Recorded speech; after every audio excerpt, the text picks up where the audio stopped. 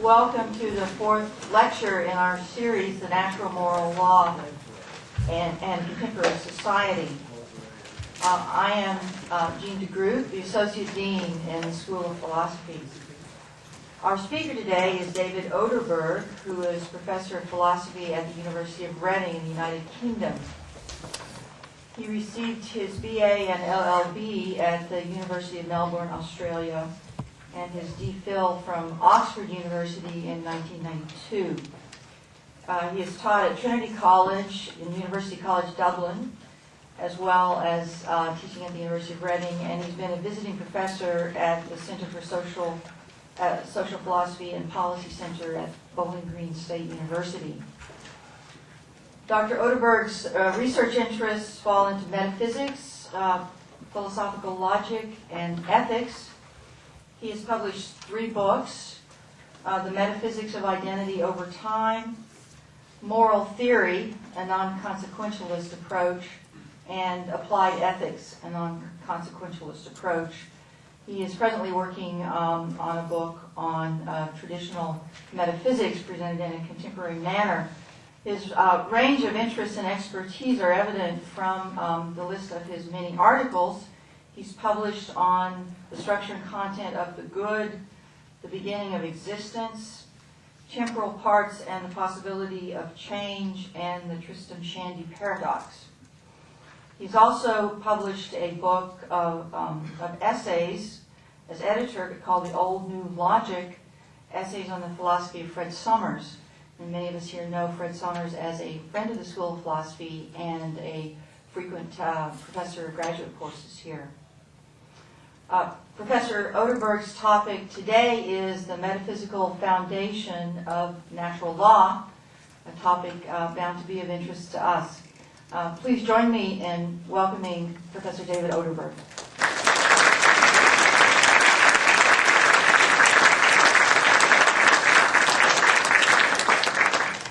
Can everyone hear me okay? At the back, is that all right? Okay, good. Thanks, Jean, for that very kind introduction. I was here last year on a flying visit on the way to a conference in Ohio, and I stopped by to stay with Fred actually in DC, and took a private visit up to CUA to have a look around, and loved the campus and the cathedral and so on, and thought I can't wait to come back. And lo and behold, in my inbox I get this invitation within about 6 months or whatever saying come back. So I had absolutely every motivation to jump on a plane and come back. Having said that, I am still working on UK time, so if I fall asleep in the middle of my own talk, which is something I've been known to do, I'm hoping that one of you will wake me up, and then I'll try and get back into the rhythm of things. The other thing is I'm very conscious of time and my allotted time, and I don't want to go over. This is a long paper, and I want to comfort you all by saying I'm not going to read all of it. I'm going to do a bit of a mix, which is what I sometimes do with long papers, and that's read some of it and talk through some of it and basically summarize. So I will get to a point where instead of giving you arguments, I start making a series of assertions without arguments. And you can just accept that there are lots of arguments behind those assertions that I'm not going to tell you. So, but all of those assertions are absolutely true. Take that on authority from me, and you can read the printed version and verify for yourself later on when hopefully, if it gets published, that those assertions are true. And then I'll do a little bit more reading. So I hope you'll bear with me on that. Another thing I always have to say when I speak to an American audience, when I use the words man, mankind, anything with man in it, I actually mean man or woman, mankind or womankind or humankind, humanity, the human species, Homo sapiens, etc., etc. So please don't be offended, if the man word crops in. I actually find most Americans don't seem to be remotely bothered, and they wonder why some person like me who's born in Australia and lives in England should even worry about that stuff. Don't get so, that's all headline, this political correctness. Actually, it doesn't bother us if you say man, mankind, we couldn't care less. I get a lot more of that than I think, but I still feel I ought to say, no offence intended to anyone in the audience. So that's by way of introduction. Now, you should all have a handout which has got some various quotes, really. It's not summarising the paper so much, it's just giving you key quotes to look at from the paper. The epigram of this paper is a quote from Aristotle, from the Rhetoric, where he says, universal law is the law of nature, there really is, as everyone to some extent divines, a natural justice, an injustice that is binding on all men, even on those who have no association or covenant with each other. So if anyone tells you, if you're lecturing as I do on Aristotle's ethics, that Aristotle didn't believe in the natural law, then you just quote from the rhetoric where Aristotle says, guess what, there is a natural law.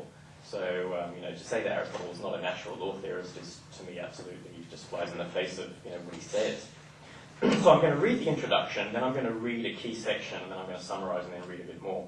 So one of the key defining features of contemporary moral philosophy is its lack of serious concern for metaphysics, not as a discipline in itself, but as a necessary foundation for ethics. There are various kinds of ethics, like evolutionary ethics, and there's existentialist ethics and so on, where it looks like they're taking metaphysics seriously. But I don't think that's taking metaphysics seriously in a way that I think it should be taken seriously. I mean, evolutionary ethics, for instance, is often just an attempt to have a program for burying ethics in the quicksand of biological fantasy rather than seriously finding a metaphysical foundation for ethics. The same goes for other kinds of ethics, such as existentialist ethics, which consists not so much of laying a metaphysical foundation, but of getting rid of a metaphysical foundation and denying a whole lot of metaphysical assertions rather than having a positive metaphysical foundation. Virtue ethics, again, I think looks metaphysical in some ways, but virtue ethics, in my view, can't serve as a proper ethics in its own right. To make it do so would be to deform the ontology that the ethics requires. And if anyone wants to ask me about that later on, we're welcome to talk about it more. Natural law theory, on the other hand, has been the most explicit about its metaphysical foundations, historically speaking, and for a good reason. And you might think, well, the reason is it's impossible to know how the world ought to go, how one ought to act, for instance, what makes a state of affairs good or worthwhile, without a prior knowledge of how the world is. So, how could you know whether the ethical standards that you posit are in any way relevant to reality as it is, unless you know how reality is? Well, at the least, knowledge of how the world gives us knowledge or some insight into what the possibilities are. And ethics is concerned with possibilities for action, ways in which an agent may shape the world. So the point is not merely one regarding knowledge of circumstances in a given case, but knowledge of generalities about reality as a whole and humanity in particular.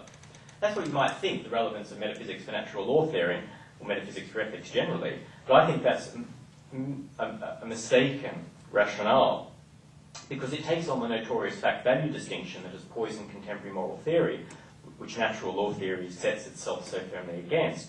Natural law theory does not advocate a kind of inventory taking of the bare facts, including the bare general truths of reality and of humanity, reality in general and humanity in particular, from which the theorist, the ethical theorist, can then read off the set of moral truths. Metaphysics is not enlisted by natural law theory to provide the descriptive premises from which you draw normative conclusions. On the contrary, natural law theory sees normativity as built into the very fabric of reality in the first place.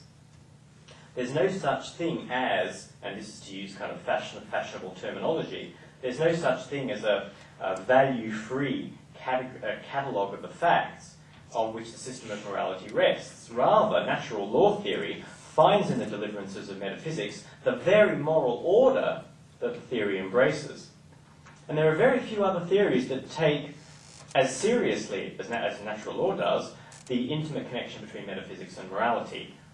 And I mentioned in the paper, read this paragraph, but Kant, for instance, and Derek Parfit's very heavily metaphysical, contemporary ethical theory, and so on. But no one really takes metaphysics as seriously as natural law theory does, or has historically. And we'll see there's a difference between the kind of tradition and so-called contemporary or new natural law theory. Because what's come to be known as the new natural law theory, represented by Germaine Grisset, John Finnis, Joseph Boyle, and their followers, is remarkable for the scarcity of its explicit reliance on metaphysical inquiry. It's not to say that the new natural law theory is not based on at least a partially worked out ontology, only that it displays what I've elsewhere called in another paper an agent-centered approach to natural law, rather than what I call a world-centered approach to natural law. So typical of the Grinness, unfortunately the Grinness, actually that's what I should call it, the Grinness approach to natural law. I was going to say the Grise Finis Boyle approach, maybe the Grinness approach. Well, I leave Boyle out, but I'm putting it there somewhere. There's this comment they make in their important 1997 overview, where they say one way to argue for the first principles of practical knowledge is by considering actions and seeking their reasons. We identify this line of argument as the proper method of locating the basic goods to which the principles of practical knowledge direct actions. Whilst not denying the importance of metaphysics, in particular the metaphysics of human nature, the particular cast of the Grise Finis Boyle approach is one in which the theorist begins with practical reasoning, seeking to uncover the ultimate ends that make action intelligible. Now that's reasonable in and of itself, but it is insufficient to give natural law theory a proper theoretical grounding, because there is in this approach a hint of the undiminished presupposition of the fact-value distinction. It seems as though Grise Finis Boyle do indeed presuppose the fact-value distinction, for in the same 1997 overview paper, they explicitly assert that their theory departs from classical models by taking full account of the fact that the moral ought cannot be derived from the is of theoretical truth, e.g., the truth of metaphysics or philosophical anthropology. They go on to state that what looks to me like nothing other than the fact-value distinction, concluding, quote, therefore the ultimate principles of morality cannot be theoretical truths of metaphysics or philosophical anthropology. Now what's troubling about that position is the kind of the interpretation of theoretical and metaphysical truth which is implicit in it, one that derives, as far as I can see, directly from the Humean positivistic approach to fact and value.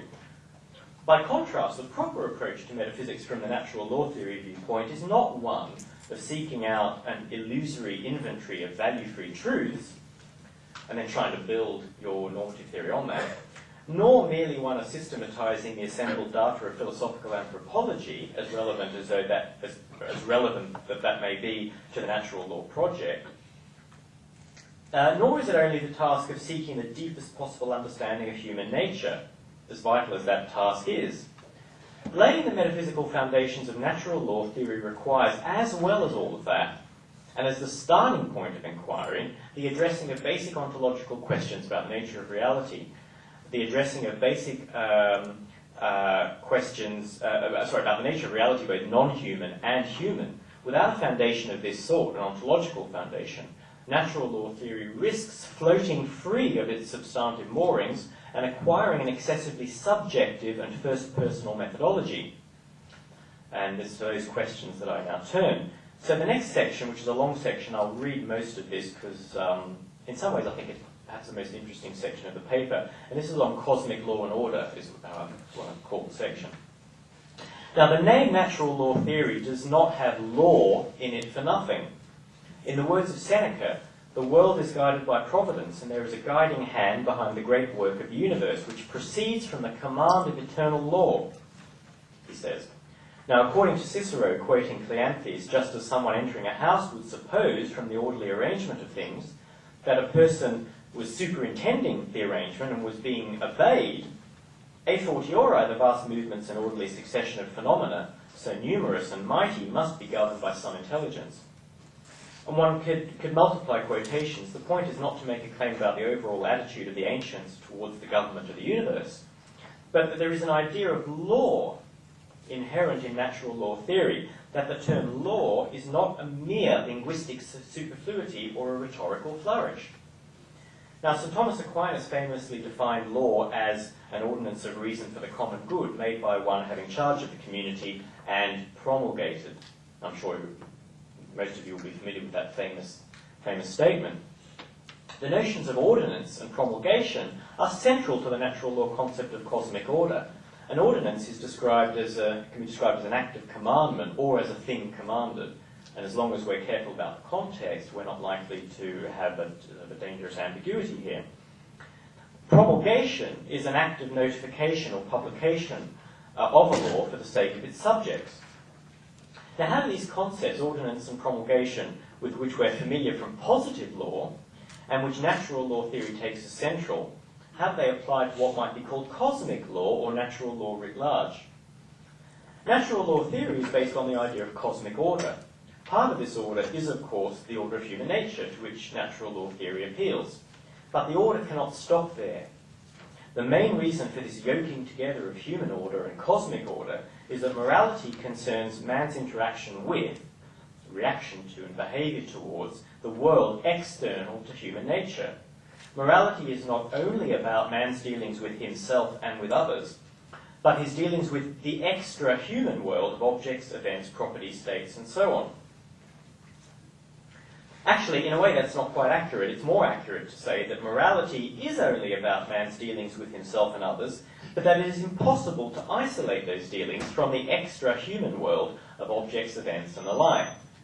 Again, we can say that man deals with himself and others only through the extra-human world.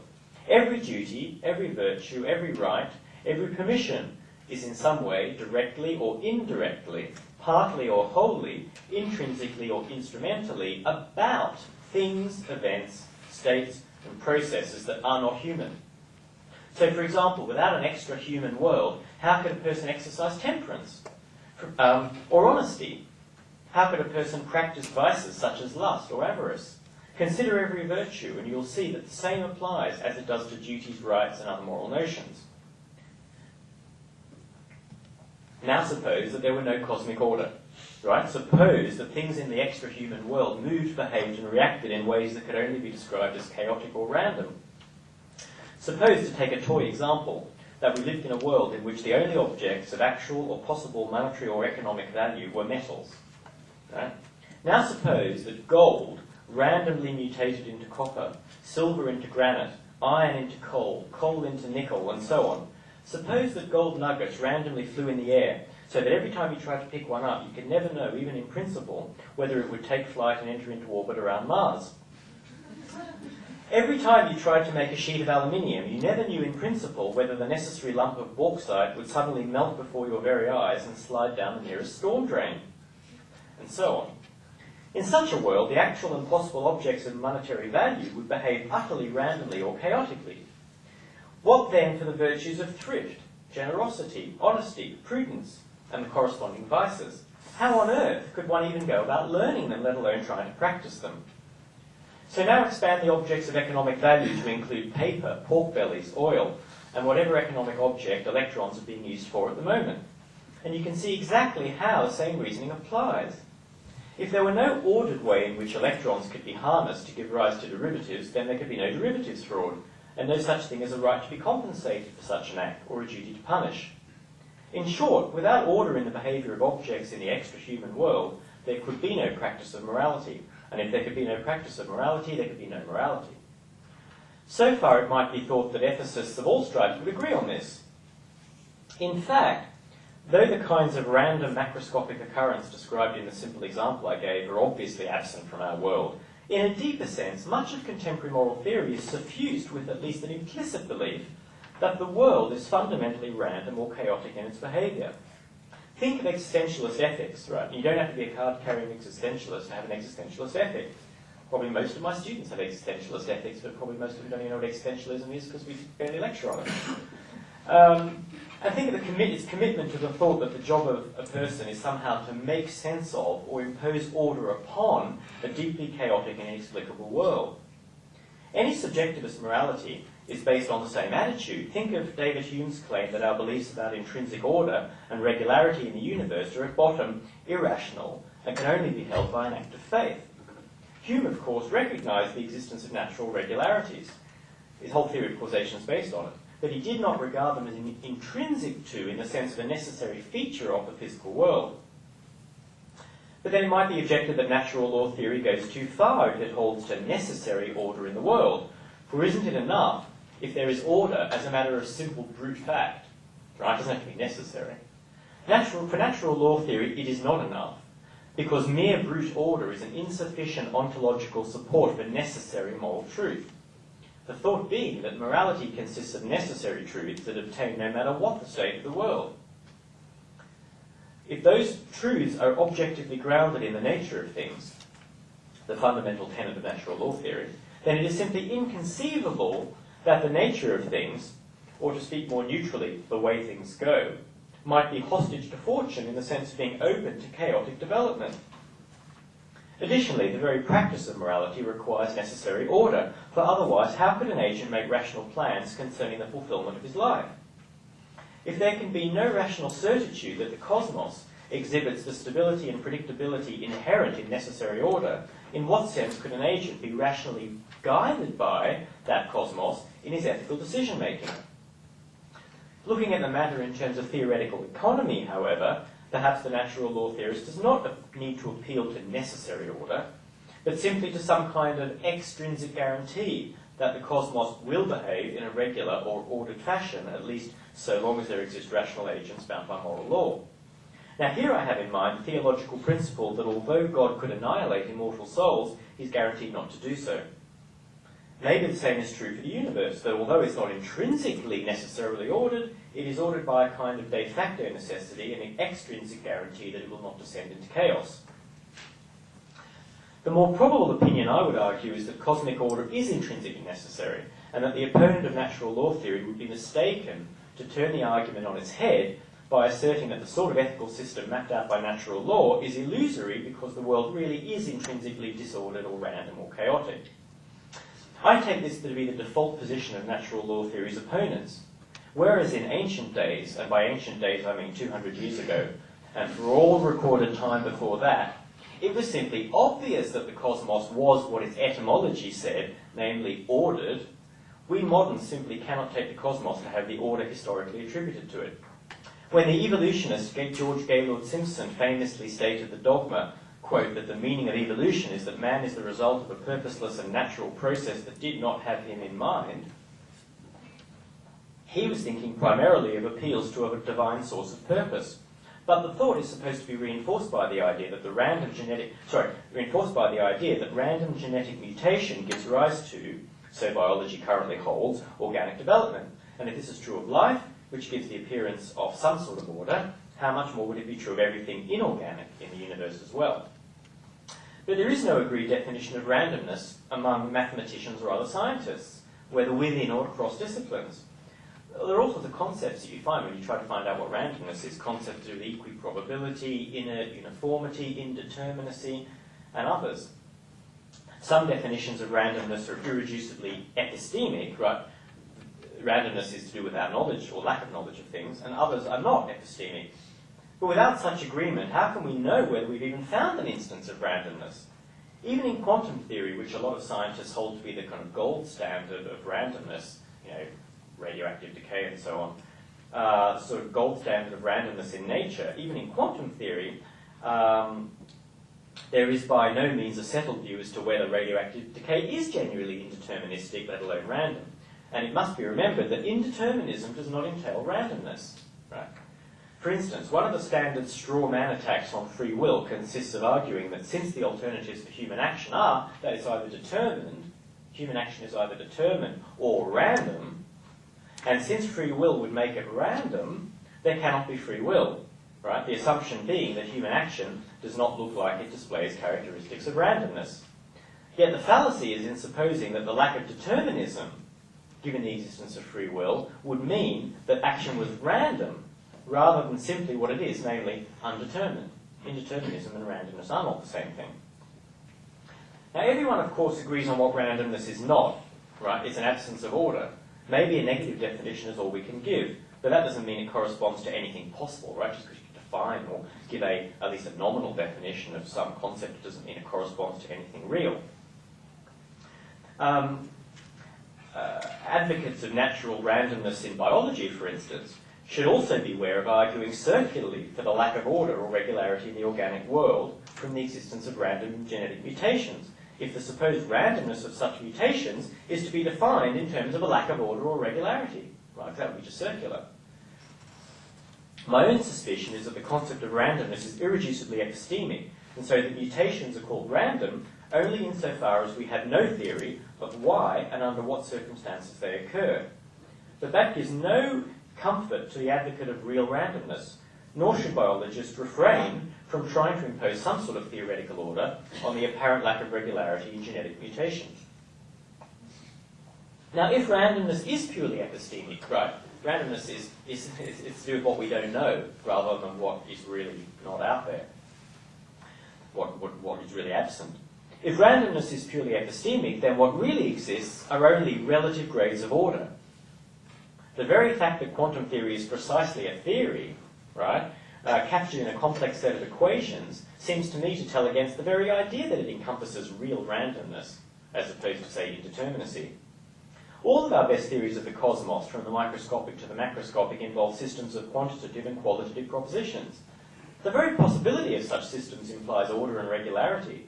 The natural law theorists can admit that there are degrees of order, changes of degree being attributable to such things as diminishing complexity, and the displacement of order at one level by order at another. In the former case, the second law of thermodynamics, according to which the universe will supposedly undergo a heat death, seems to involve a reduction of order to a basic kind of thermal equilibrium or uniformity. In the latter case, consider a person who plays a game of marbles against someone who throws a handful of marbles into the air. Now, in the second case, the order and regularity of movement, which is detectable in the first case, has disappeared when considered from the point of view of human purpose, right? It's no longer a game of marbles, it's just throwing some marbles up into the air. But there remain underlying physical laws that govern the movement of the marbles in a way that is independent of human purpose. So you have grades of order, levels of order. The natural law theorist then should insist at the very least on a metaphysical intrinsic cosmic order, and probably on its necessity as well. He might even say that the tohu vavohu of Genesis 1:2 involves no real disorder, only, as the Septuagint and the Vulgate imply, emptiness and invisibility, a relative lack of arrangement of things into anything remotely resembling the universe after the hexameron. If we look at the macroscopic level now, which is a primary concern of morality, we have overwhelming evidence of a remarkable adaptation of means to ends, paths to wholes, lower functions to higher functions, unity and multiplicity, multiplicity and unity, simplicity and complexity, and vice versa, regularity, system, predictability, quantifiability, qualitative harmony, and of special importance, teleological order, more than sufficient to give the lie to any notion that ours is a haphazard cosmos shot through with chaos. So what does this have to do with the central natural law ideas that I mentioned earlier of ordinance and promulgation? Well, there are three related arguments for the idea that natural law requires ordinance, and all have in common the thought that order requires an orderer, law requires a lawgiver. In other words, there's a deep conceptual connection between what I've called something's being ordered adjectively and something's being ordered verbally. All the arguments point to the great similarity between natural moral law and natural law broadly conceived. So the first argument assumes that true chaos is impossible, right? So assume that true chaos is impossible. Sorry, try that again. The first argument assumes that true chaos is possible. Right, okay, so now let's assume that we can conceive of true chaos. The question is, how order could have arisen, right, given that? Now it's plausible to think that where there is order, there was once chaos, since the advent of order is at least in large part a temporal process involving the development of certain arrangements of things from prior disordered states. There is, though, an old but true metaphysical axiom which is still mirrored in the jargon of positive law, one of my favourite metaphysical axioms, and it also was one of my favourites when I studied law many years ago, did a law degree in Australia, and it was also one of my favourite legal maxims, nemo dat quod non habet, you cannot give what you haven't got. Now, if order is supposed to have developed from chaos, it must somehow have emerged from chaos, or what I take to amount to the same thing expressed in different words, it must have been self-imposed by a chaotic universe. But here's the key question, how can chaos give rise to order? For it to do so, it would have to contain an internal power or principle enabling it to impose order on itself. In what sense, then, would it be truly pure chaos? It's hard to see how pure chaos could contain any powers at all, let alone the power to impose order, not least on itself as a whole. Chaos cannot give rise to order because chaos lacks the wherewithal to bestow it. Nemo dat quod non habet. The only alternative then is that order is imposed on chaos by an extrinsic principle which is perfectly in line with our own universal experience, that where order is imposed on putative disorder in the natural world, it is done by an extrinsic thing that has the power of bestowing that order. whether the extrinsic thing be ourselves, e.g. when we make artifacts, we take natural materials and make things out of them, or animals doing the same thing when a bird builds a nest or a spider builds a web, or ordered non-organic entities, such as when, to take a simple example, the presence of a magnet gives ordered location to randomly scattered iron filings. Now, an opponent might reply that cosmic order is brute. It has never emerged from chaos because chaos has never in fact obtained. Well, okay, then the question is, why is there order rather than chaos? Now here, I appeal to a different principle, the principle of sufficient reason, broadly construed. Right now, I know that I'm going to lose philosophers who will say who just don't believe in it even broadly construed. But I'm probably lost quite a few philosophers early on who didn't believe Nemo, Dad, Quod non habet, or one of the other principles I subscribe to. But I do believe in the principle of sufficient reason. And if you state the principle of sufficient reason in a very broad way, so if you don't appeal to probability theory, let's say, or to other notions which are specific to order and chaos per se, you still have a serious question involving the principle of sufficient reason, where the principle I'm stating now, the principle as the principle that there is a sufficient reason or adequate necessary objective explanation, right? A sufficient reason or adequate necessary objective explanation for the being of whatever is and for all attributes of any being. And that is taken from, that's not my formulation, it's a formulation which is taken from a scholastic philosopher who taught at, was it John Carroll University in Ohio, is that right? Many years ago. Anyway, that's another story. Now, so that's the principle of sufficient reason stated broadly. Now, order is a kind of being additional to, or better still, superadded to things that would otherwise be in a state of chaos. To put it in different terms, when considering the way things in the cosmos, or the cosmos itself, is disposed, we have to say that being disposed in an orderly fashion is a further fact to things being disposed simpliciter. But on the supposition that order is a brute fact, one that has not emerged from or been bestowed by chaos, nor could it be if the previous part of my argument was correct, then it requires an explanation that derives from a principle extrinsic to the cosmos or any of the things within it. This means that order, considered as a further fact to the disposition of things, order cannot be a brute fact in the sense of not having been imposed by something. It requires a sufficient reason. And if the reason is not internal to the cosmos, it must be external to the cosmos. And so order could not be wholly brute, even if it had always existed. So, to put it in the words of natural law theory, order must have been ordained.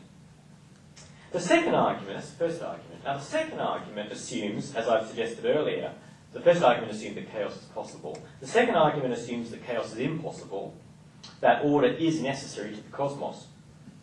On this assumption, we must ask why there is one kind of relative order rather than another. For even within order, there is no mere difference of degree, but difference of kind. There is inanimate matter, there is animate matter. There is sentient matter, and there is rational matter. But any one of the relatively lower kinds of matter, all of which are forms of order, could have existed without any of the relatively higher kinds. Right? Without sentient matter, without rational matter. We might not have existed, but there still could have been animals. By reasoning parallel to that just given in respect of order and chaos, there needs to be a sufficient reason for there being a certain kind of relative order. And I can't see how the demand for an extrinsic principle would be any weaker in this case than in the previous case. Higher order cannot be given by lower order. And if there has always been higher order, we need to know why it exists rather than relatively lower order. It is, to put it mildly, somewhat controversial to say so, but I don't actually think that the answer to such a question even awaits further empirical or abstract scientific discovery. I don't think this is something that hinges on, the latest scientific discovery. Rather, the problem seems to me to be a purely logical and ontological one, based on the truth that something cannot bestow what it does not have. It is this which grounds the need for an extrinsic principle that imposes a given level of order, remembering always that what is at issue are kinds of order, right? Not merely degrees of order, because if it was just degrees of order, that wouldn't give rise to the necessity for an extrinsic source. It's different kinds of order, different levels of order, which seems to me to require sufficient reason in terms of an extrinsic source. Now, the third argument concerns the necessity of order again, but this time, not the necessity of order in respect of the cosmos as a whole, but the necessity of particular order within the cosmos, right, within the cosmos. And here I'm referring to the necessity of law itself. It is no accident that the term natural law can be applied both to moral law and to non-moral law. You know, natural laws of nature, you know, the scientific laws of nature. People are quite happy to talk about the natural law in science, but people don't like talking about the natural law in morality. But it's no accident that the term can be used in both areas. Natural law theory is one part of a picture of cosmic law in general, and stresses, historically, if not so much among the new natural law theorists, who I'll be coming on to, it stresses the similarities as well as the differences between both kinds of law. Speaking now of contemporary ethical theory in general, there's no missing the interminable debate about normativity and how it finds a place in a world not governed largely by norms. Natural law theory, however, while concerned with the sources of normativity or value, to use the current jargon, is just as much concerned with what unites the moral and the non-moral. When it comes to law, the unifying element is the compulsory nature of moral and non-moral law, i.e. their necessity. In their own ways, both non-moral law and moral law involve a kind of compulsoriness or compulsion. And when it comes to non-moral law, i.e. scientific law in a narrow sense, the current debate is complicated by the fact that there is a minority view, which I'm not going to dwell on due to an Australian philosopher, Brian Ellis, that the laws of nature are metaphysically necessary. And I think there's a lot going for that. And if it were true, the natural law theorists could accept it as confirming their overall picture without any damage to previous arguments. But I'm not going to assume that. I'm going to assume the sort of standard view that the dominant view that the laws of nature, scientific laws of nature, while they bestow natural necessity, are themselves contingent, right? The laws of nature might have been other than they are. Now, the argument, as the by now familiar reasoning goes, is that the necessity of natural law requires an adequate explanation. Why are these laws necessary? Now, the possibilities are that necessity comes from contingency, that it has always been there, or that it's been imposed from outside by a lawgiver. For to say that necessity requires an explanation is to say that lawhood requires an explanation, necessity being of the essence of law. So the question here in this part of the argument is, okay, so the scientific laws of nature, they're not metaphysically necessary. I'll happy to accept that for purpose of argument, but they do bestow a causal, sometimes called a causal necessity, a natural necessity, that, you know, water boils at 100 degrees in certain circumstances, that, you know, objects fall with a certain acceleration when, you know, elevated into the air in certain circumstances, and, you know, all our favourite, you know, pick your favourite scientific law. They have a causal necessity, a scientific necessity, a causal necessity, a natural necessity. Where does it come from? So the options are either it comes from contingency, or it's always been there, or it's been imposed from outside. Now, it's very hard to see how necessity can come from contingency, right, for the usual reason that you can't give what you haven't got.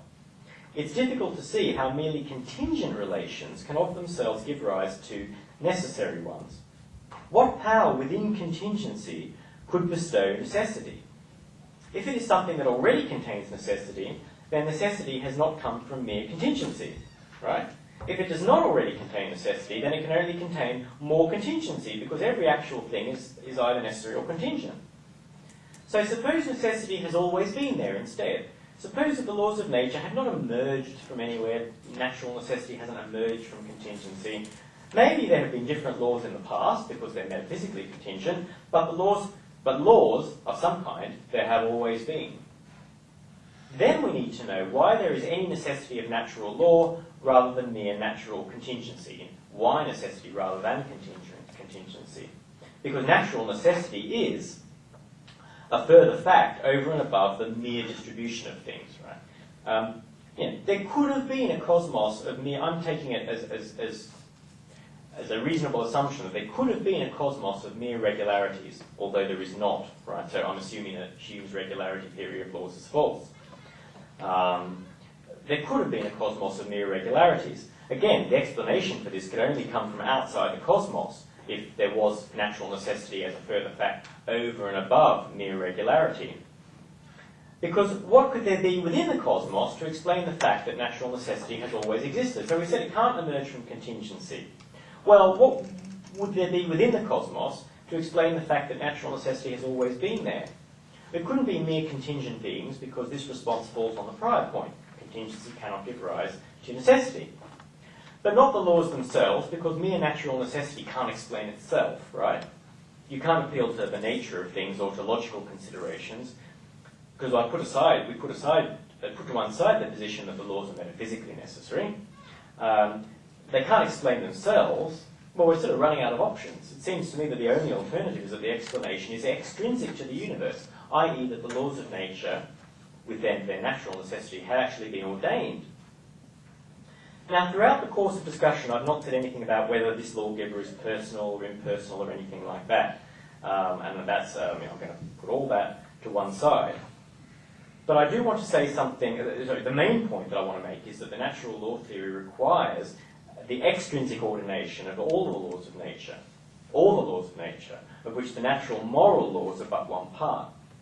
Now, as to promulgation, I only want to make some brief remarks. When it comes to promulgation, the natural, moral, and non-moral laws are similar, but in some respects importantly different. The difference lies in the fact that the natural moral law, as St. Paul says, is written on the hearts of men, whereas the non-moral laws aren't. And I bet there are a lot of would-be Nobel Prize winners who would wish that the non-moral laws were written on the hearts of men. Well, why aren't they? Well, perhaps they could have been. Right? Maybe the scientific laws could have been written on the hearts of men, but the more important point is that the moral laws are written on the hearts of men, natural moral law, because the natural moral law can't wait. It brings with it an urgency that the non-moral law does not bring. The scientific laws can await discovery, and by working to discover them, mankind contributes to the fulfillment of the moral law by pursuing the fundamental goods, in particular the good of knowledge. If the scientific laws were written on our hearts, there would be precious little to work for, and yet no higher demand could be met thereby. On the other hand, although we do not know all the answers to moral questions, and we fulfill our natures by pursuing such answers, still the fundamental precepts of the natural law at the least must be written on our hearts, because the higher demands of justice require it. Such precepts cannot wait discovery before they can be obeyed. What the promulgation of the scientific law amounts to, by contrast, is not that they're written on the heart, but that they are at least in part knowable by human beings. So if we seek, we can find, because the laws are written on the cosmos, written in the cosmos. Now I'm going to jump an entire section, and this section is called Essentialism. And basically you can get an idea or a flavour of what's in that section by having a look at the handout. What I argue there is not only does natural law theory need everything that I just talked about, that is cosmic law and order, but it also needs a very specific kind of arrangement of things, which I call essentialism. And essentialism is just not a kind of attenuated, thin version of contemporary essentialism that analytic philosophers are familiar with, but good old-fashioned, as Baruch Brody called it in a paper a while back, good old-fashioned Aristotelian essentialism. And it's committed to a number of claims that everything has an essence, everything has an essence, or a nature, although they vary, and different natures for different kinds of thing, as Aristotle would have said. Everything has an essence. Those essences can be known by us. Maybe we don't have a complete grasp of many of these essences, maybe not any of them, but not having a complete grasp and not having a grasp are two different things, right? We can grasp them even though maybe we can't give complete definitions of very many things. That these essences are needed because, in natural law theory as a foundation, as a metaphysical foundation, because you just don't have a natural law theory without them, because natural law theory is about law of nature, and law of nature requires nature, and natures are essences. Human nature in particular, obviously, but natures in general, because as I said earlier, morality is about our dealings with the world, and everything needs a nature for us to be able to deal with it in a predictable and stable way. And that anyway, if there was such a thing as human nature, but nothing else had a nature, we'd have this question of why. Why would it be that we have natures, human beings have natures, nothing else has a nature, nothing else has an essence? What a strange world that would be. It seems to me that you can only begin to argue for human nature unless you have a prior understanding of nature in general, and you know what nature is, what essences are, and you can analyse them, and then you can move down to the specifics and say, well, what about us? What about this kind of thing called human beings. What kind of nature do we have? And so the whole idea of human nature, which is absolutely, sine qua non of natural law theory, presupposes nature in general. Things have natures in general. So that is essentialism, and that is a whole, that's a kind of condensation of about 10 odd pages, which I say, hopefully, if this thing is published, then you will be able to read about that at your leisure. So I'm going to jump all that, and I'm going to go straight on, conscious of the fact that I'm rapidly running out of time, to the section on human nature in particular. Now, there's been some debate over the role that human nature plays in natural law theory. There are critics of the Griesser-Finnis-Boyle approach, such as Henry Beach, Russell Hittinger, Anthony Liska, who charge the new natural law theory, as it's called, with refusing to base itself on a metaphysic of human nature.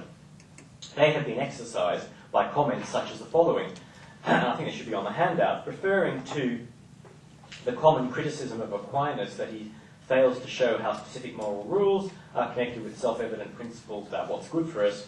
John Finnis says, well, how can this objection have become so popular?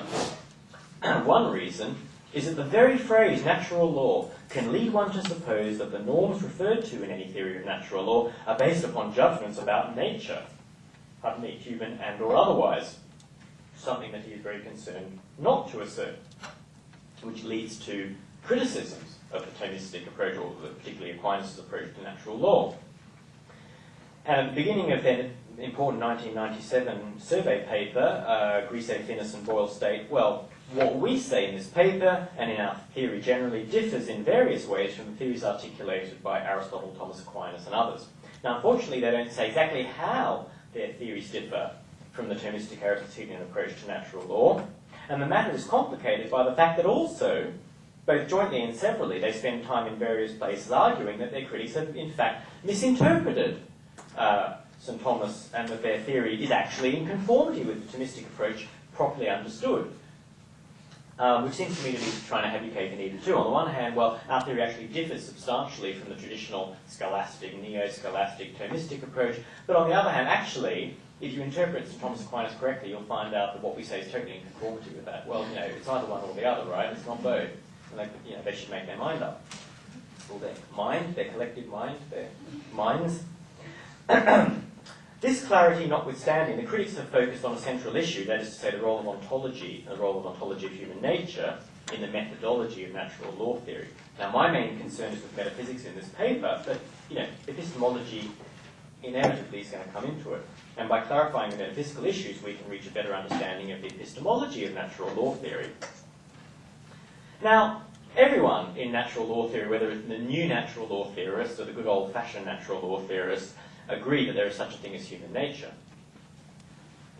Actually, footnote to that, as we'll see, do we all agree that there's such a thing as human nature? Well, that's what I thought until I read a bit, more of what they have to say in the new natural law theory. But let's say, for the moment, we all agree there's such a thing as human nature. The question is, well, what connection do you draw between that and the natural law theory as a system of practical reasoning?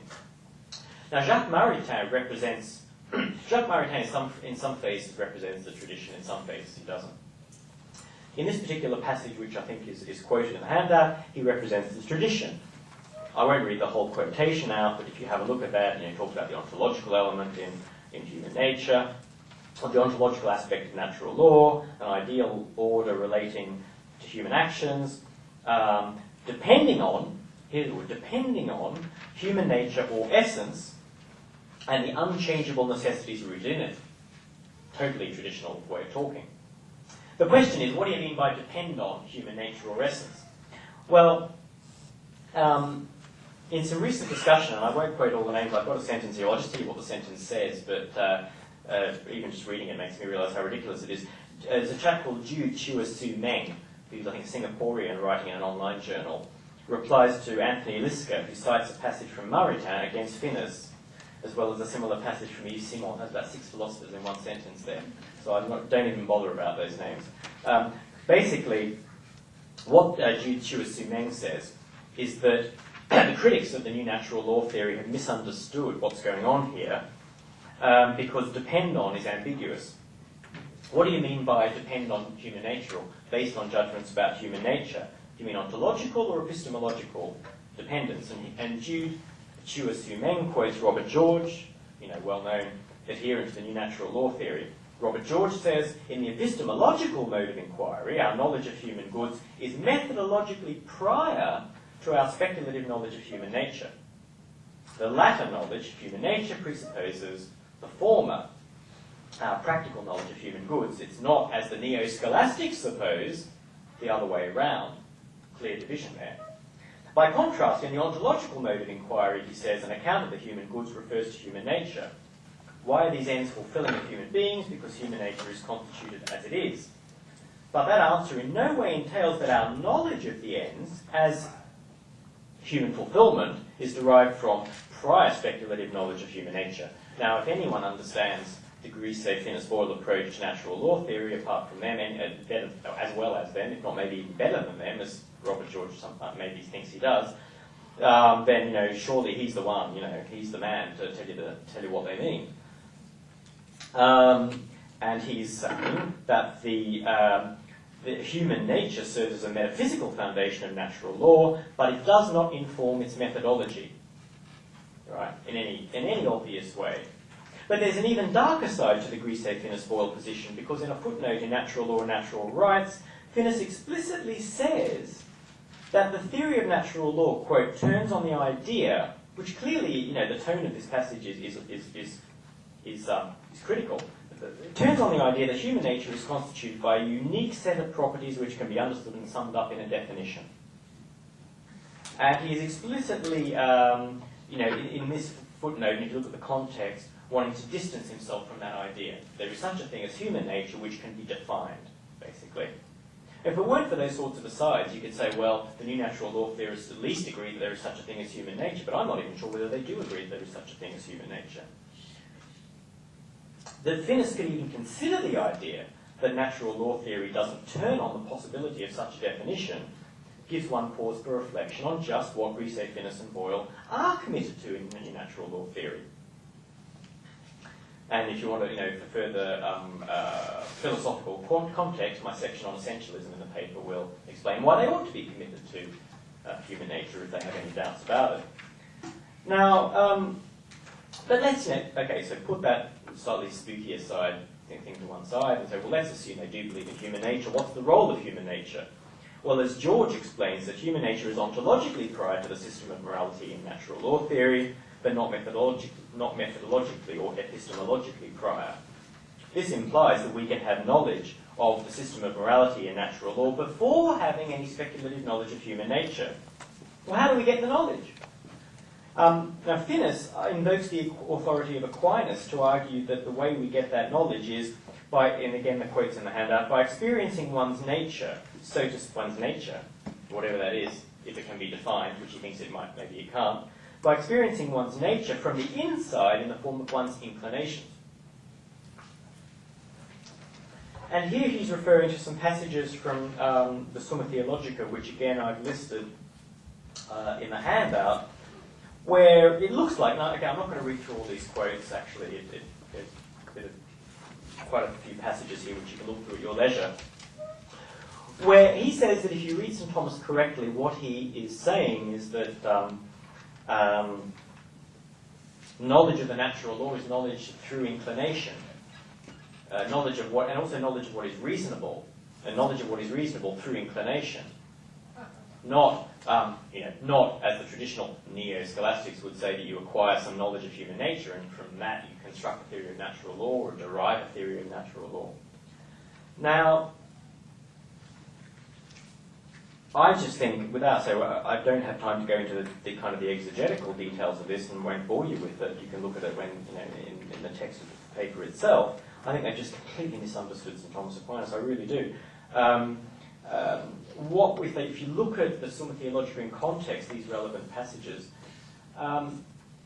what Aquinas is saying is exactly what the neo-scholastics have said that he has said for hundreds and hundreds of years, which is that the reasonableness comes in that to understand what human nature is, you have to understand that human nature is rational nature. So the order of reasonableness is given by human nature as rational nature.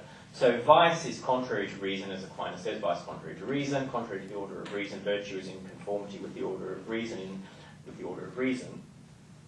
But he doesn't mean by that therefore to work out whether something is virtuous or vicious, you have to know what's reasonable. And the way you know what's reasonable is through knowledge of your inclinations, without speculating about human nature, but rather that because human nature is rational nature, and the whole, the order of reasonableness is precisely the order of human nature as rational nature, in order to know whether actions are virtuous or vicious, you have to know whether they conform to rational nature or whether they are in discord with rational nature. And so we know that knowledge is good because it conforms to rational nature and fulfills rational nature. Ignorance is bad because it does not fulfill or is in discord with, does not complete or acts against our rational nature.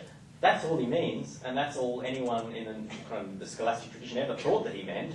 And there isn't something else called this knowledge through inclination, which can be derived from the source. So I think there's a serious just a textual and exegetical mistake going on here.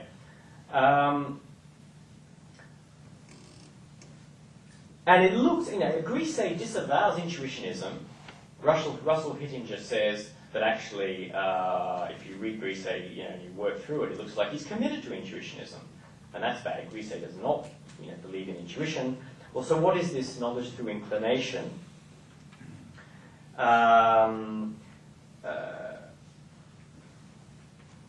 Whatever it is, it's not. It seems to me that it can't be pure knowledge through inclination. Again, I'm wanting to sort of skip a few things here.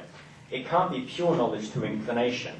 What traditional natural law theory says is that, okay, so there is some knowledge through inclination. We have knowledge of the things that perfect us and complete us and things that don't, partly through attending to our tendencies and our inclinations. But this is not irreducibly first personal or subjective. Rather, what we have is knowledge of nature through inclination, not just knowledge through inclination. We have to know some. The object of knowledge through inclination is knowledge of nature through inclination. And I think that's clear from a careful reading of Aquinas, where he says that what is contrary to reason is contrary to nature, etc. He means that virtue and vice are determined by whether actions are in accord or with or contrary to the nature of man as a rational being. It's not that this sort of knowledge of human nature is what Maritain, in his non-traditional mode, calls a matter for ex post facto reconstruction by philosophers. That's not his words, that's my commentary. A matter for ex post facto reconstruction by philosophers contemplating what Maritain calls after-knowledge. After-knowledge, right? You kind of have, it's like aftertaste or something. First you have your knowledge through inclination, and then, if you want to have a little digestif after your main course, you can have a bit of a, sort of amateur speculation on human nature, after knowledge. And that looks, to me to be relegating the knowledge of human nature to what Finnis calls a speculative appendage. Again, it's some sort of anatomical thing. I get these images in my mind. After knowledge, a speculative appendage, like part of my body that could be chopped away if I really, really don't want it, or if it's causing me an ontological ache. I can go to I can go to my metaphysical doctor and have a speculative appendage excised. And it seems to me that is complete misunderstanding again of what natural law theory is all about. The agent, by gaining knowledge of human nature as rational animality through inclination, grasps what does and does not fulfill human nature, hence what is good and bad, and so a matter of pursuit or avoidance. If you don't have knowledge of nature through, whether it's through inclination, as sometimes is, or through, metaphysical speculation, as moral philosophers typically do, then what you have is inclination floating free methodologically of any substantive information that provides the basis on which true and false inclination can be distinguished. By saying that vice is contrary to human nature, just insofar as it is, as Finnis says, contrary to reasonableness, Aquinas should not be taken to affirm that we first have to know what's reasonable, from which we then conclude that something is contrary to human nature. Rather, what Aquinas means is that to be contrary to human nature just is definitionally to be contrary to the order of reasonableness that characterizes human nature as rational nature. And this sort of inquiry is not, as Finnis and also Maritain in various phases, is not, as they seem to imply, some sort of irreducibly first personal affair, right? I can't know your inclinations. I can't reflect. I could know a little bit about your inclinations from your behaviour, but I can't reflect on your inclinations in the way that I can reflect on my inclinations, and in the way that Finis recommends that natural law gives us knowledge through reflection on our inclinations, not speculation about other people's inclinations, reflection on my inclinations. How could this be for the likes of Aristotle or St. Thomas, who littered their writings with remarks such as that all men seek happiness, all men desire to know, man is a social and political animal, no man would want to live without friends, and so on, ad nauseam. Right? On what basis could such generalizations be made if there were no room in ethics for the kind of third-personal, objective, speculative knowledge about just what it is that fulfills the human species?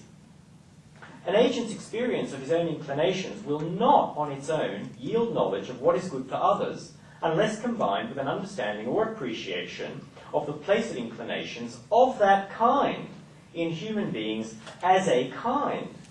This is by no means to assert that agents must or do engage in general in any sort of elaborate philosophical reflection when they make moral judgments.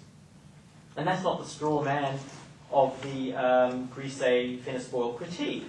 The new theorists, the new natural law theorists, are making a methodological and theoretical point about the nature of moral justification.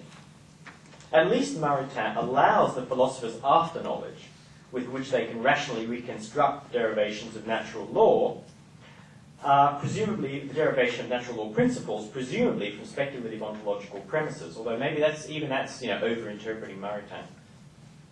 It is not clear that Grinus would even allow that. It's not clear that Grisey-Finis-Boyle would even allow that kind of speculative rational reconstruction. But it's the knowledge of the complexity of human nature that grounds our knowledge that the multiplicity of kinds of inclination correspond to a diversity of goods. If it didn't, how could we be sure that the diversity of kinds of inclination was not a mere logical distinction as opposed to a real one? But we know that it's a real one because we know that goods that are the objects of the inclinations are distinct aspects of human nature. The same goes for our knowledge of the ways in which means are ordered to ends. Mere inclinational knowledge cannot give us certainty. For example, that the goods of property are instrumental to the goods of life and health. Nor will it enable us to form a coherent picture of the way in which goods are related to each other as parts to wholes. For instance, that health is a part of the good of life, or family, part of the good of friendship. Mere knowledge through inclination cannot give us that. And there was also, sorry, I'm just sort of flicking back here because there was a quotation from Maritain, which I don't think is in the handout, which sort of supported this idea that this knowledge through inclination is an irreducibly first personal affair. Oh, and this quotation might be on the handout. This is where Maritain says, or first he says, when St. Thomas says that human reason discovers the regulations of the natural law through the guidance of the inclinations of human nature, he means that the very mode or manner in which human reason knows natural law is not rational knowledge, but knowledge through inclination. Notice the contrast, knowledge through inclination versus rational knowledge. So is that supposed to mean that the natural law is not rational? It's not rational knowledge? I don't know, maybe. This kind of knowledge, Maritain goes on to explain, is not clear knowledge through concepts and conceptual judgments. It is obscure, unsystematic, vital knowledge by connaturality or congeniality, in which the intellect, in order to bear judgment, consults and listens to the inner melody that the vibrating strings of abiding tendencies make present in a subject. Now that seems to me to be making this kind of the new natural law theory as irreducibly subjective or first personal in its methodology. Because otherwise, how could a person have vital, connatural knowledge through listening to the inner melody of another person's vibrating strings?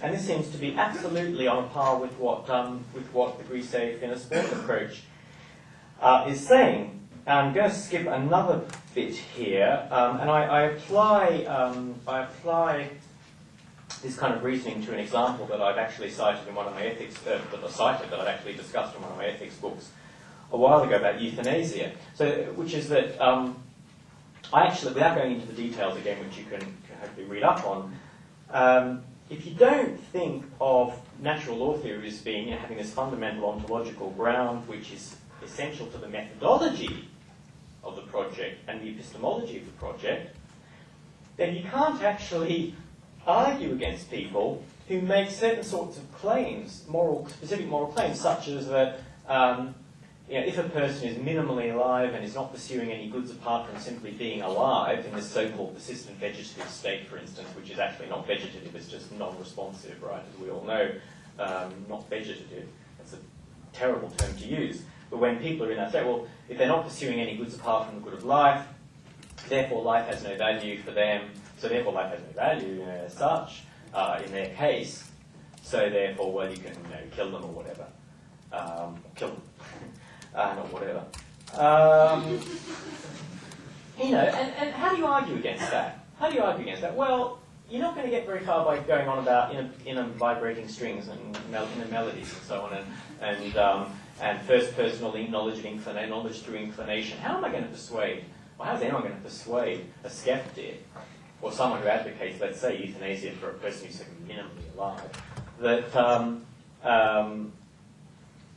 the good of life is a good and remains a good and persists as a good, even if the person is not pursuing certain other goods? Right. How are you going to argue against that? That's a metaphysical kind of claim.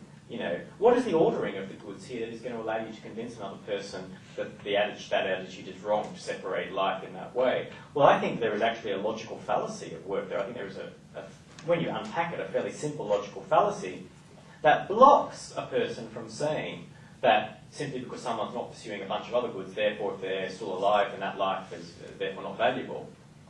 But that logical fallacy can only be unpacked by thinking in metaphysical terms about the nature of the good and the relation of means to instruments to ends and means to ends and so on, which no amount of speculation, or no amount of reflection on inclination, either mine or yours, is going to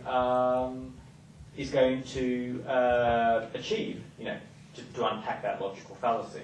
So it's not just that I'm saying, well, this knowledge through inclination is wrong as a methodology, which I think the way they say it is completely wrong, even though I think inclinations are relevant in methodology to some degree, because we're not all moral philosophers, and when we try and work out what's good, sometimes we do it through speculative reflection as philosophers, and if it's just an ordinary person working out what's good, then it'll be very much attending to their inclinations and trying to separate the inclinations which seem to be the abiding ones from the ones that are transient and so on and so forth.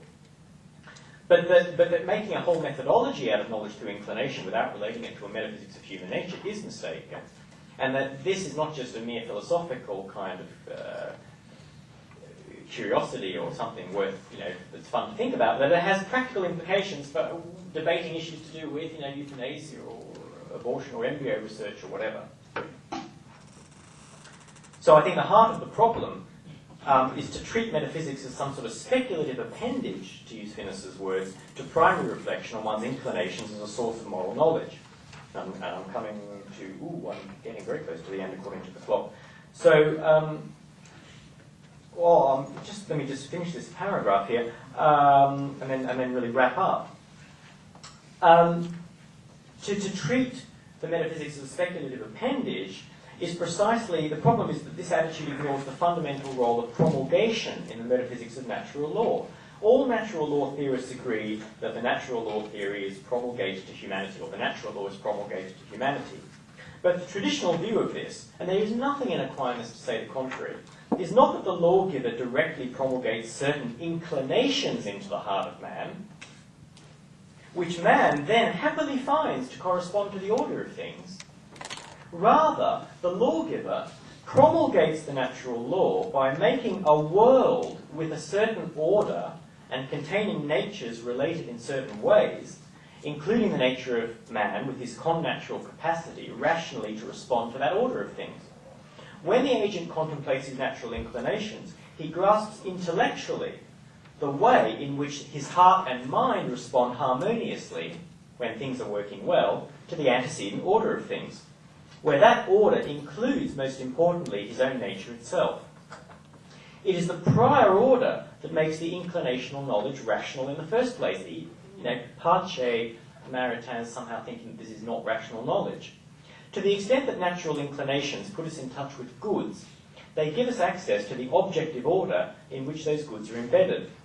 It is the very directedness of these inclinations to an order which is not of our making that gives them any claim on our attention at all. That the law written in our hearts makes any demands on our rational natures is due wholly to the fact that the law written about is a law concerning something not of our own devising. As we are not makers of the natural law, but receivers of it, we cannot abrogate it, nor, in the words of St. Augustine, can iniquity itself efface it. So just to wrap up and conclude with I make some speculative kind of remarks here, which is that, just to repeat the fact that contemporary ethical theory is so divorced from metaphysical inquiry, even in applied ethics, especially in applied ethics, which is dominated by consequentialism, fails to bring metaphysical considerations to bear on its arguments, carries a host of unexamined propositions concerning the good.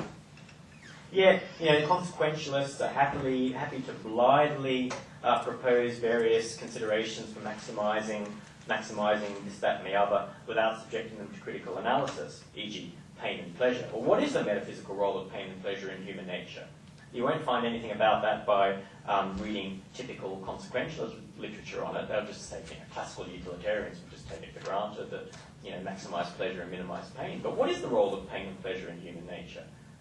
Natural law theory has something far more informative and useful to say about that than consequentialists, far more accurate. And I think that, as part of the general project, natural law theorists should take a very lively and substantial interest in scientific developments to see how they do give empirical support to natural law theory. And by that I mean the following, that not that natural law theorists, any more than any other philosophers, should just take what scientists are spewing out on any given occasion and just accept that for gospel or something. That is just, it's wrong. Absolutely, it will lead to all sorts of empirical dead ends. Rather, the job of the philosopher, as always, is to take a lively interest in what scientists are saying, but to cast a critical, if not a sceptical, eye on scientific developments, ensuring that they separate the wheat from the chaff by testing all ideas at the tribunal of philosophical knowledge. So, for instance, there is some interesting stuff being done in biology and psychology about human nature, trying to reclaim human nature as a fit subject for biological and empirical, generally empirical inquiry, and that's, I think, a good thing on the whole. And natural law theorists, serious natural law theorists, who really care about the metaphysics of human nature as being methodologically, not just objectively, but methodologically required for their moral system, that they should be interested in. What does biology and what does real science, not just kind of headline, New York Times headline science or Scientific American science or the latest fad science, but what is real science telling us about human nature and about human biology, for instance? And also, what is physics telling us? Real physics, not headline-grabbing physics. What is real physics telling us about the cosmos and the real order that is found at the heart of the cosmos? All of this, natural law theorists should be interested in, not as a curiosity, but as fundamental to giving their whole enterprise, factual as well as philosophical support. So the final paragraph, the reconnection of metaphysics and ethics must be at the heart of the natural law project. Not only must natural law theory advance on the applied front, it must also deepen its conceptual foundations and locate itself within broader areas of philosophical concern. And all I've done is outline some of the core areas that need to be addressed as one contribution to a much larger project. So as I say, that's the end of it, and I've skipped huge amounts which I think you can read about at your leisure or not, as the case may be, at a later stage. Thanks very much.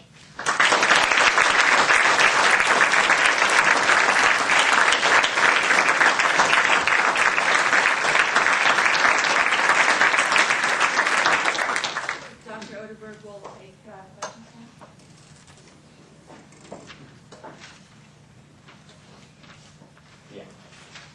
Yeah. I enjoyed your presentation very much. I consider myself very favorably disposed to what seems to be your thesis, but I want to make sure I understand it. And I'd like to start, if you would, in telling me a little bit more about what you call true chaos. Now, I think if I understand you, then I think you'll agree with me in saying that the distinction you're trying to make here, or are making, between an intentionally ordered natural world and this true chaos is something very, very much like what I see to be a fundamental division around the time of Socrates between Protagoras, the sophists, and their insistence on this sharp distinction between convention and nature on the one hand. I put them with what you seem to be describing as true chaos. And on the other, the back there, Socrates, Plato, and Aristotle, and this insistence, this nomos, this convention, isn't merely human. It is the very stuff of the universe. So I think in talking about true chaos, even though you've said a great deal about Thomas Aquinas, and in closing you've gone all the way back to 400 or 500 in Augustine, I haven't heard much about the Greek world, but it does seem that you're hearkening back to that absolutely critical ethical distinction and metaphysical dividing line, circa 400 or so. Well, I don't have a huge amount to say about that, simply because I say it's not it's not something I've looked at in great depth. Specifically, Greek attitudes to chaos at the time of Socrates, or even the pre-Socratics. I think there is a kind of a continuity in the sense there is this a notion of chaos which pervades, classical thought all the way through to even modern thinking. Chaos. The Greek word even, I think we could be misled a little bit by, maybe to some degree by contemporary understanding, because the Greek word itself doesn't mean what we think we mean by true chaos. It means sort of emptiness and a void. The Greek word chaos means void, emptiness, being unfurnished, being sort of an absence, a darkness. If you look at all the various definitions in the Scott, and so when you get all of this, you don't get